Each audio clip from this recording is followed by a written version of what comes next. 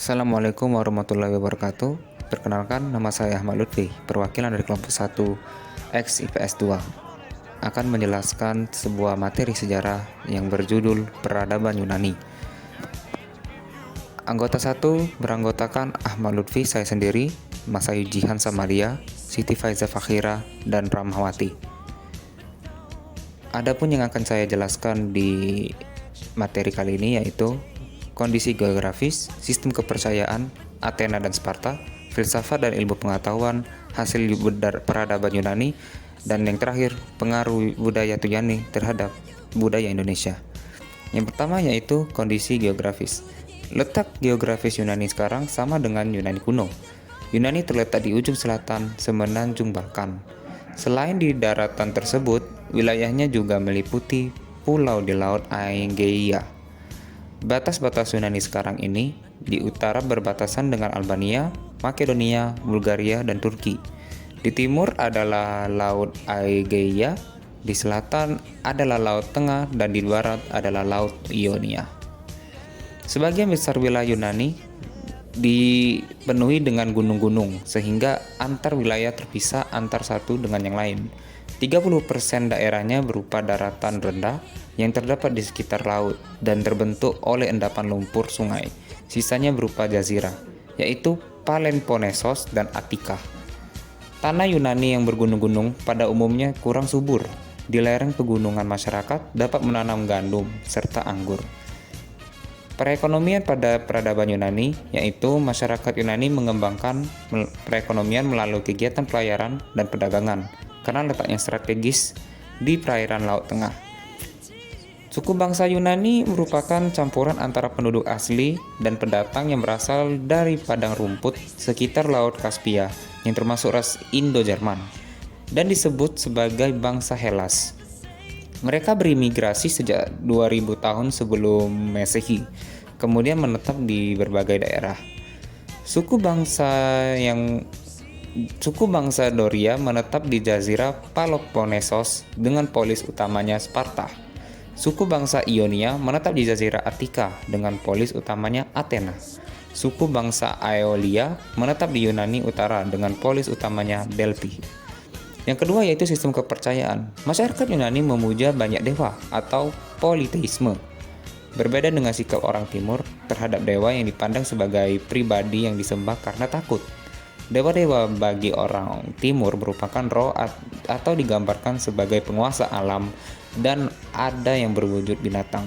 Sedangkan masyarakat Yunani menggambarkan dewa-dewa yang disembahnya bertubuh dan berperilaku seperti manusia. Bahkan orang-orang Athena sendiri menyatakan keturunan Ion, yaitu anak dewa Apollo. Beberapa dewa Yunani yang cukup dikenal adalah Ares, Artemis, Hermes, Poseidon, Aphrodite, dan lainnya. Yang ketiga yaitu Athena dan Sparta. Athena, nama kota tempat Akropolis berada, merupakan nama dewi dalam mitologi Yunani yang diagungkan sebagai dewi kebajikan, perang, industri, seni, keadilan, keterampilan, dan keseimbangan. Yunani juga dianugerahi dengan bakat seni oleh sang dewi melalui karya tembikar uniknya yang berwarna coklat dengan gambar relief Yunani kuno.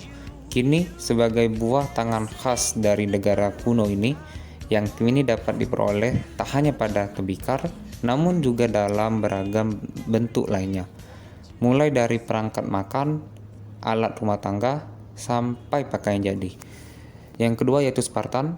Spartan adalah sebuah negara militer yang membaktikan diri pada perang dan kekerasan, dan diperkirakan dibangun oleh Lycurgus pada abad 8 sebelum Masehi.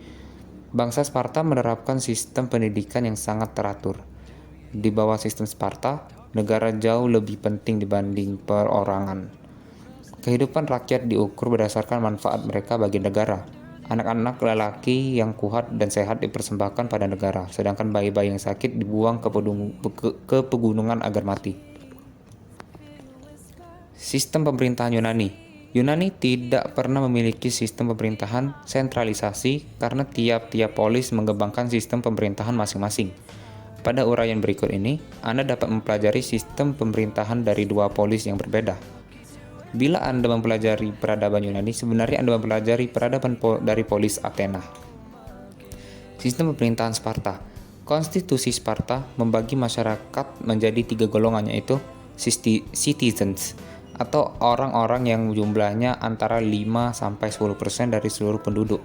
Mereka terdiri dari para penguasa, tentara, kaum helot, merupakan sebagian besar dari penduduk yang bekerja sebagai tani, buruh tani, dan pelayan dari orang-orang Sparta.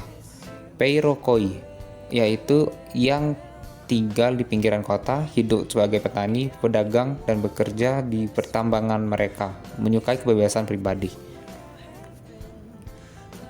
Dan sistem pemerintahan Athena digariskan oleh Solon tahun 1549 sebelum Masehi. Pemerintahannya dipegang oleh 3 orang yang punya kekuasaan di bidang masing-masing, yang disebut Archon. Terdiri dari Epodimos, kepala pengadilan rakyat, Polemore, pengadilan militer. Yang keempat yaitu filsafat dan ilmu pengetahuan. Yang pertama Socrates. Buah pikiran Socrates berasal dari catatan oleh Plato, Xenophon 430 hingga 357 sebelum Masehi, dan siswa Plato lahir sekitar 427 sebelum Masehi.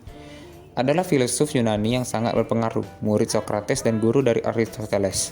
Yang kedua, Aristoteles. Aristoteles 344 sebelum Masehi hingga 322 sebelum Masehi adalah seorang filsuf Yunani, murid dari Plato dan guru dari Alexander yang Agung.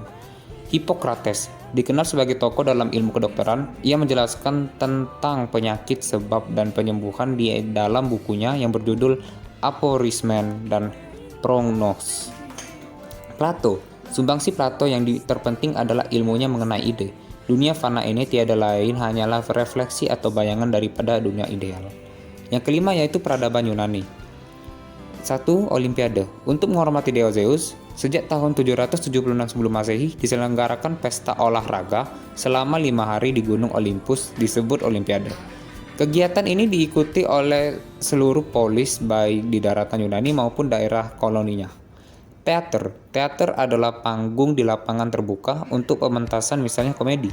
Penonton duduk di bangku-bangku yang terbuat dari batu. Salah satu bangunan peninggalan Yunani adalah Teater Epidaurus. Seni sastra. Sastrawan terkenal dari Yunani adalah Homerus yang menulis kitab Iliad dan Odisseia.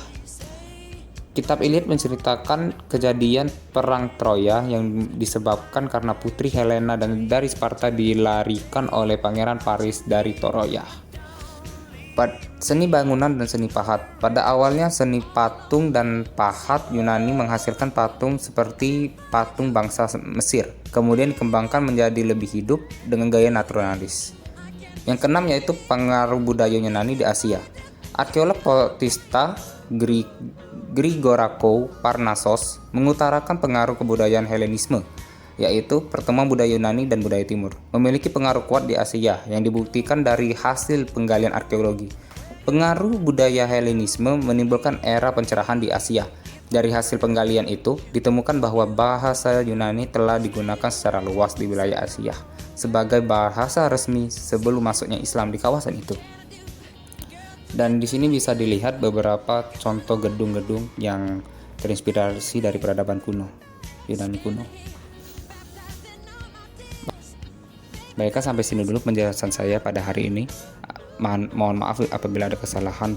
Saya akhiri dengan wassalamualaikum warahmatullahi wabarakatuh.